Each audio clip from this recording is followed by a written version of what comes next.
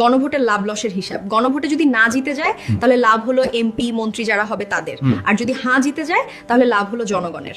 কারণ যারা মন্ত্রী হবে, এমপি হবে, তাদের অনেক ক্ষেত্রে ক্ষমতা কমে যাবে, অন্যদের সাথে মিলেমিশে সরকার চালাইতে হবে। এখন সিদ্ধান্ত আপনার হাতে। আপনি গণভোটে হ্যাঁ দিবেন নাকি না দিবেন। এদিকে বিএনপি তো পুরোটাই না ভোটের পক্ষে এখন, কারণ একটাই না ভোট যদি জিতে যায় তাহলে দলীয় প্রধান এবং প্রধানমন্ত্রী এক ব্যক্তি হতে পারবে না। যদি তারেক জিয়া প্রধানমন্ত্রী হয় তাহলে অন্যজনকে দলীয় প্রধান করতে হবে।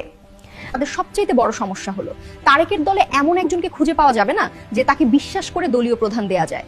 তাই তারা সিদ্ধান্ত নিয়েছেন না ভোটের পক্ষে।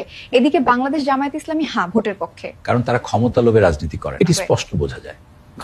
আমি বিশ্বাস করি বাংলাদেশের একেবারে অশিক্ষিত মূর্খরাও এবার ভুল সিদ্ধান্ত নেবে না।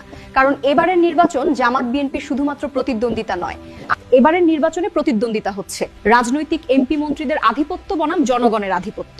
হ্যাঁ, ভোট জিতলে জনগণ জিতে যাবে,